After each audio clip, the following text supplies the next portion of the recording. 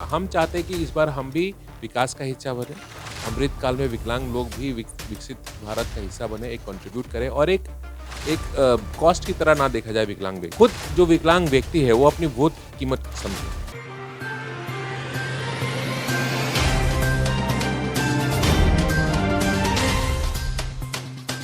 नमस्कार, मैं अभिराज और आप देख रहे हैं द भारत नाव।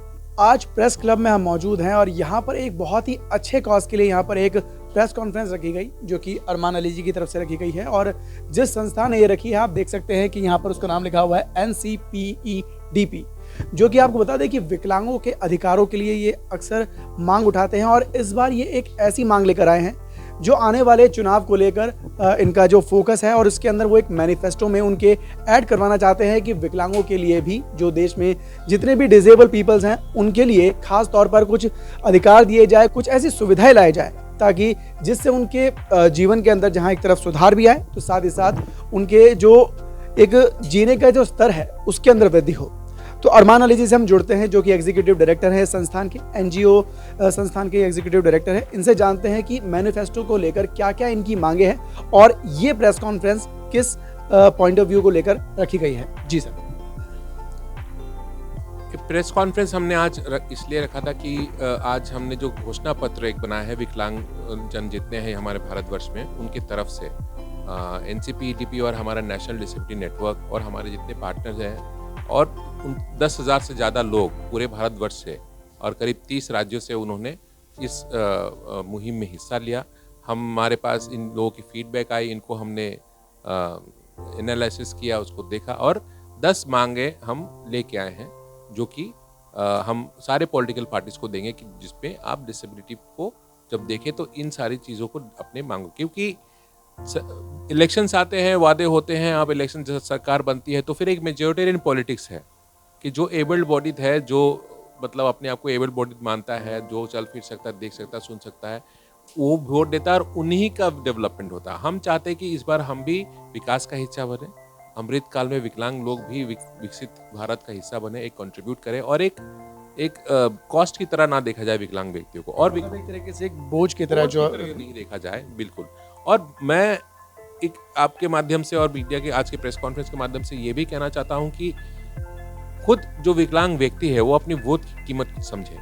वो अपनी वोट की कीमत को नहीं समझ पा रहे हैं और अपने आप को किसी दया के पात्र की तरह देख रहे हैं। तो एक बेनिफिशियरी से हटके एक लीडरशिप पोजीशन में आने का वक्त आ गया है, क्योंकि इंडिया बहुत फास्ट ग्रो कर रहा है और इस ग्रोथ में हमको पीछे नहीं रहना है। पॉलिटिकल पार्टीज की तरफ से अक्सर ये मैनिफेस्टोज जो हैं वो घोषणा किए जाते हैं, ऐलान पत्र जैसे हम कहते हैं हिंदी में। तो ये आपकी तरफ से क्यों लाया जा रहा है? क्या किसी पार्टी ने अभी तक इस तरह की चीजें नहीं सोची? क्या आज से पहले इस तरह की चीजें लाई गई? हर कम्युनिटी, जैसे कि और भी माइनॉरिटी ग्रुप्स हैं, जैसे SC ST हो या वुमेन्स के ग्रुप हो, चाइल्ड हो या एल्डरली हो, सब अपना मांग पॉलिटिकल पार्टीज को देते हैं कि हमारे एल्डरली के लिए ऐसी पॉलिसीज की जरूरत है, बच्चों के लिए ऐसा चाहिए, या विधवाओं के ऐसा चाहिए, या पिछड़े क्षेत्र के जो लोग आते हैं उनके। तो ये कई सालों से चलता आ रहा है। NCPEDP और हमारा नेशनल डिसेबिलिटी नेटवर्क, हमारे पार्टनर, हम भी एक पहले छोटे स्तर पे करते थे कि हम मान लो 100 लोग जमा होते थे, बात करते थे अलग अलग जगह से, फिर एक 10-15 डिमांड भेज देते थे चिट्ठी करके। लेकिन इस बार हमने सोचा कि एक पिछले 6 महीने 7 महीने से हम इलेक्शंस के साथ जुड़े हुए हैं। 2019 भी हमने देखा और अभी 5 स्टेट्स में जो इलेक्शंस हुई, उस इलेक्शंस में हमने जब पार्टिसिपेट किया और जो भी ऑर्गेनाइजेशन है जो विकलांग लोगों के, उनके साथ जुड़ के, तो हमको लगा कि काफ़ी रुझान है उसमें, काफ़ी लोग आ रहे हैं आगे बढ़ के, उनके काफ़ी अपेक्षाएं हैं। तो क्यों ना इन सब की आवाज़ को जोड़ के एक इकट्ठा होके एक बुलंद आवाज़ में दिया जाए, ताकि, और जब आंकड़े आप देखेंगे इलेक्शन कमीशन ऑफ इंडिया के, 1 करोड़ रजिस्टर्ड वोटर्स है जो कि विकलांग हैं, और ये बहुत कम छोटा नंबर है। मुझे नहीं लगता कि पूरा कवरेज है, ये सिर्फ मात्र 10-15% होगा। अब सबको जोड़ लिया अगर जाए तो ये इतना बड़ा आंकड़ा है जो पॉलिटिकल पार्टीज नहीं इग्नोर कर सकते। तो आप अगर विजिबल डिसेबिलिटी को ही मत पकड़िए, इनविजिबल डिसेबिलिटी भी होती है, ब्लड डिसऑर्डर्स हैं, आपको मानसिक डिसेबिलिटीज हो सकती हैं, आप डेफ हो सकते हैं। तो कई बार ऐसा है कि लोग दिखते नहीं है तो उनको लगता है कि डिसेबिलिटी नहीं है। तो और विकलांग लोग हमेशा से अपने आप को एडजस्ट करते हुए अपने आप को जो भी हालात हैं उनको स्वीकार करते हुए और जिद्दोजहद की ज़िंदगी जी रहे हैं, उससे उभरने की एक मुहिम है। 25 साल आपके संस्थान को हो गए हैं। 25 सालों में आपने कितना, जो मतलब अगर कहा जाए फिजिकल डिसेबल्ड लोगों में और इनकी एक कम्युनिटी के अंदर कितना आपने बदलाव देखा है, कितनी वृद्धि देखी है आपने? बहुत कुछ। कहाँ थे 20 साल 25 साल पहले, आप कहाँ थे? अब 20 साल में भारत ने 2 कानून दिए हैं विकलांगता को लेकर। ये इतना आसान नहीं है। आप अगर नेशनल एजुकेशन पॉलिसी देखिए, 40-45 साल लगा उसको बदलने में। तो अब विकलांगता का और ऐसा कानून हमारे देश का है कि ग्लोबल स्तर पे उसकी सराहना की जाती है। बट जब इसको हम लागू करने की बात करते हैं, जब हम इसको इम्प्लीमेंट करने की बात करते हैं, तब इसका कोई एक्शन नहीं है। आप कोई भी बिजनेस कर रहा है, कोई भी यहाँ पे फैक्ट्री खोल रहा है या रेस्टोरेंट खोल रहा है, बड़ी तादाद पे, छोटे वालों पे नहीं, मैं नहीं कहूँगा कि जो छोटे शहरों में छोटा ही है। और क्यों हर व्यक्ति चाहता है कि उस व्यवस्था में विकलांगता को भी रखा जाए। कोई भी नीति आए, कोई भी बात हो, आज क्यों विकलांगता को बाद में आपको याद आता है? आज कोविड हुआ, विकलांगता के विषय को बाद में लाया गया। वैक्सीनेशन हुआ, आप देखिए उसके लिए हाई कोर्ट, सुप्रीम कोर्ट तक लोग गए, हाई कोर्ट तक गए कि हमको पहले वैक्सीनेशन क्यों नहीं मिल रहा है। और उसके आंकड़े आप आज भी नहीं मिलेंगे आपको कि भारतवर्ष में कितने विकलांगजनों को वैक्सीनेशन मिला है। तो जब आंकड़ा नहीं होगा तो आप कैसे बजट बनाएंगे? अब बजट नहीं बनाएंगे तो कैसे आप सुगम्य करेंगे? कैसे शिक्षा देंगे? कैसे रोजगार देंगे? किस हिसाब से आप बस खरीदेंगे? कैसे आपके एयरपोर्ट होगा, बस अड्डे होंगे, सड़कें कैसी होंगी, फुटपाथ कैसे होगा, चिकित्सा, कितना पैसा आपको आयुष्मान भारत में डालना पड़ेगा जो विकलांग लोगों के बीमा के लिए हो। तो इन सारी बातों को हम साझा करना चाहते हैं पॉलिटिकल पार्टीज के साथ, इसीलिए अभी हम इस जो मैनिफेस्टो आप लेकर आ रहे हैं, जो 10 मांगे आपने उसमें रखी हैं, वो 10 मांगों को आप कम से कम शब्दों में बताइए। देखिए, रोजगार, शिक्षा, सुगमता, इंश्योरेंस, आप political participation, political socio economic protection, climate change, यही मोटा मोटे तौर पे यही हमारा रुझान रहा है पूरे देश से। और बहुत सारे मांगे हैं, ये तो पूरा लिस्ट खत्म, एग्जॉस्टिव लिस्ट नहीं है ये, और बहुत सारी मांगे हैं। बट एक मैनिफेस्टो को उस तरीके से नहीं बनाया जाता जहां आप लिस्ट ऑफ डिमांड दे कि इनको पूरा करें। एक उन मुद्दों को हमने आगे रखा है जो कि आम नागरिक को भी चाहिए। अगर आप सुगम्य करते हैं कोई भी फैसिलिटी, वो किसी के साथ भेदभाव नहीं करता। ऐसा नहीं कि जिसको जो व्हील चेयर पे होगा उस रैंप पे जाएगा, जो नहीं होगा उसको नहीं जा पाएगा। सीढ़ी पे व्हील चेयर वाला नहीं जा पाएंगे या ब्लाइंड व्यक्ति नहीं जा पाएगा। बट अगर वो फैसिलिटी या वो जो भी सुविधाएं विकलांग जन के लिए है, वो जो विकलांग नहीं है उसके साथ भेदभाव नहीं करता है। इसीलिए इस तरीके हमने डिमांड 10 लाए है। जो क्लाइमेट चेंज तो पूरे विश्व को इफेक्ट कर रहा है, लेकिन जो विकलांग है, जो खुद ऑलरेडी कमजोर हो रखा है, उसको जब सबसे ज्यादा परेशानियां होती है, जब डिजास्टर होता है, घर जब आप उजड़ जाते हैं, तो सबसे ज्यादा परेशानी उसको होगी जो विकलांग होगा। बाकी तो ये सारी चीज़ों को हम एनालिसिस करके समझ के एक सबके साथ कंसल्टेशन करके इन डिमांड्स पे हमारे सिंपल। मैं आपको एक सवाल मैं आपसे पूछता हूँ कि शिक्षा अब एक मौलिक अधिकार है हमारे देश में, ठीक है, और ये मुफ्त और कंपलसरी है, और इसकी जिम्मेवारी किसके ऊपर है? शासन के ऊपर है। तो क्या है कि जब विकलांग बच्चों की बात आती है तब ये नहीं चल रहा है? क्यों आप एनरोलमेंट देखिए, मैं सरकारी आंकड़ा कह रहा हूँ, यहाँ में हमारा अलग सर्वे नहीं है, कि प्राइमरी लेवल पे स्कूल के जब तो 27% के आसपास एनरोलमेंट होता है, और सेकेंडरी क्लास 8, 9, 10 तक पहुंचते ये आंकड़ा 0.5% होता है। तो अगर आप 10वीं भी नहीं पास करेंगे, ना आप इंजीनियर बन रहे हैं, ना आप ग्रेजुएट बन रहे हैं, ना आप डॉक्टर बन रहे हैं, तो आपको नौकरी कौन देगा? और रिजर्वेशन, अगर सरकार के पास बैकलॉग वैकेंसी, सुप्रीम कोर्ट का ऑर्डर है कि बैकलॉग वैकेंसीज आप भरी जाए, पूरे भारतवर्ष में लोगों के पास एडवर्टाइजमेंट होता है, वो क्वालिफिकेशन ही नहीं है। कुछ ब्लाइंड लोग हैं, कुछ लोग हैं लोकोमोटिव डिसेबिलिटी है, या कुछ और भी जो अपने डिसेबिलिटी को मैनेज करके हायर एजुकेशन ले पाते हैं, they are able to apply. और ऐसा नहीं कि आपको ये नौकरी आपके लिए फिक्स कर दिया गया है, आपको अप्लाई करना पड़ेगा, आपको एग्जाम पास करना पड़ेगा, आपको इंटरव्यू देना पड़ेगा, तब आपको ये नौकरी मिलती है।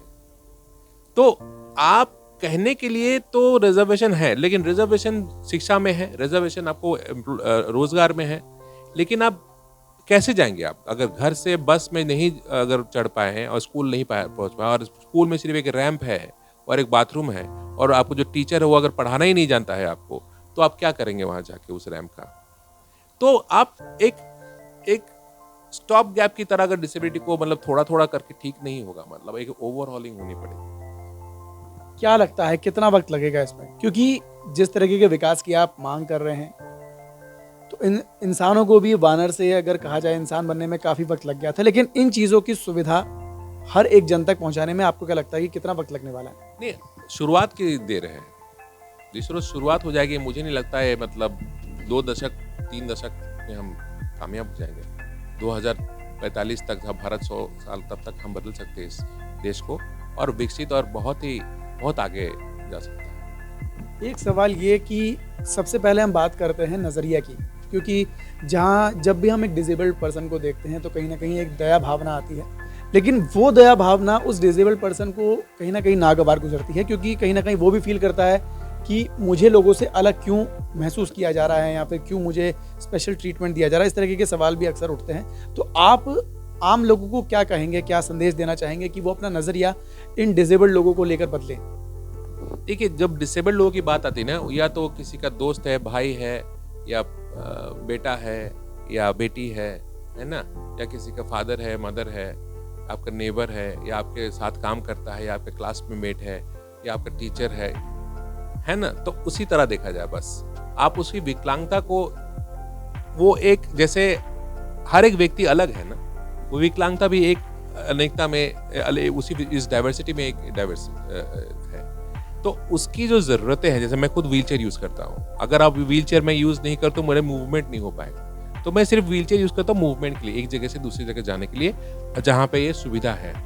आप तो डिसेबिलिटी जो है ना, ये एक बाधाएं जो है उनके लिए, विकलांग व्यक्ति के जो बाधाएं, उन बाधाएं ये विकलांगता प्रकट करता है, क्रिएट करता है। तो अगर हम एक समाज को बनाए इस तरीके से कि जहाँ कोई बाधा ना हो विकलांग, आप कहीं भी आज़ादी से जा सके, किसी भी स्कूल हो, कॉलेज हो, मार्केट हो, आप कहीं भी अगर जा सके, अगर किसी भी विकलांगता पे, आप ब्लाइंड हो सकते हैं, आप व्हील चेयर यूज़र हो सकते हैं, आप क्रच यूज़र हो सकते हैं, आपको मानसिक विकलांगता हो सकती है, आप कोई भी, उसको आप अगर, तो वो अगर इस तरह के हमारे सिस्टम हो कि जब कोई भी चीज़, आज सरकार बिल्डिंगें बना रही है, ट्रेन बना रही है, बसेस बना रही है, तो अगर सोच के बनाए कि इसे विकलांग व्यक्ति भी आएगा, सोचते हैं कि नहीं कि महिला आएगी तो महिला को बस को फ्री कर दीजिए, या सेफ्टी कैसे चलेगा, जो आप CCTV लगाइए, हो रहा है कि नहीं? अब क्यों नहीं सोच रहे विकलांग लोगों के लिए? फिर किसका पैसा है ये? तो हम क्या विकलांग लोग टैक्स नहीं दे रहे हैं क्या? हम सामान नहीं खरीद रहे हैं क्या? हम GST नहीं भर रहे हैं क्या? टैक्स भी दे रहे हैं ना। So this is what is need to be told. अब अगर आपसे पूछा जाए कि किस पार्टी को लेकर आपकी सबसे ज़्यादा उम्मीदें हैं कि जो आपके इस मैनिफेस्टो को ऐड करेगी? सारे पार्टियों से उम्मीद है सर। मुझे लगता है कि सारी पार्टियां हमारे पीछे पड़ जाएंगी कि हम आपको ये देंगे, हम ये देंगे, आप हमारे साथ आइए। तो मैं तो मानता हूँ कि हर पार्टी इलेक्शन में भी आप अपने कैंडिडेट्स उतारेंगे? अभी तक तो बात हो रही है, लेकिन इलेक्शन में बहुत सारा धन चाहिए होता है, तो देखिए क्या होता है, शायद सेक्टर कुछ कर सके।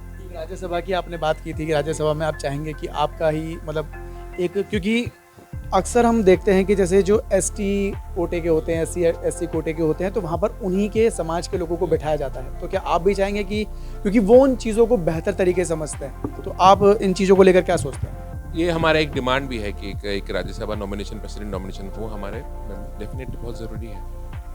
हर पॉलिसी मेकिंग पे, चाहे वो पंचायत राज में हो, चाहे वो पार्लियामेंट पे स्टैंडिंग कमेटी हो, या किसी मिनिस्ट्री की हो, या म्युनिसिपल बोर्ड की हो, हर पॉलिसी मेकिंग पे आप विकलांग व्यक्ति को इन्वॉल्व कीजिए, भले वो विकलांगता के बारे में हो या नहीं। अब आप सड़कों पे लाइट लगा रहे हैं, किस प्रकार के लाइट लगाएंगे उसको पूछने के लिए भी विकलांग व्यक्ति को भी, अगर कमेटी बनती है तो उस कमेटी में एक विकलांग व्यक्ति को रखिए। तो ये थे अरमान जी, इन्होंने बताया कि किस तरह से अपने मैनिफेस्टो में ये तमाम चीज़ें लेकर आ रहे हैं जो देश के डिसेबल लोगों के लिए कहीं ना कहीं आने वाले वक्त में जो सहायता प्रदान करेगी, और साथ ही साथ सरकार से ये पूरी की पूरी डिमांड रखेंगे कि किस तरह से अपने मैनिफेस्टो में वो इन चीज़ों को लेकर आएँ, ताकि जितने भी डिसेबल्ड वोटर्स हैं उनका एक मुश्त वोट उस पार्टी को जाए, और साथ ही साथ उस वोट की वजह से उनका भी उद्धार हो सके। तो फिलहाल के लिए इस वीडियो में सिर्फ इतना ही, और इस वीडियो को आपको जन जन तक पहुंचानी होगी, ताकि हमारे जो देश के हुक्मरान हैं, हमारे देश के जो सत्ताधारी लोग हैं, जो पार्टियां हैं, उन तक ये बात पहुंच सके। तो फिलहाल के लिए इस वीडियो में सिर्फ इतना ही। इस वीडियो पर अपनी राय कमेंट कर जरूर बताएं और देखते रहें द भारत नाउ।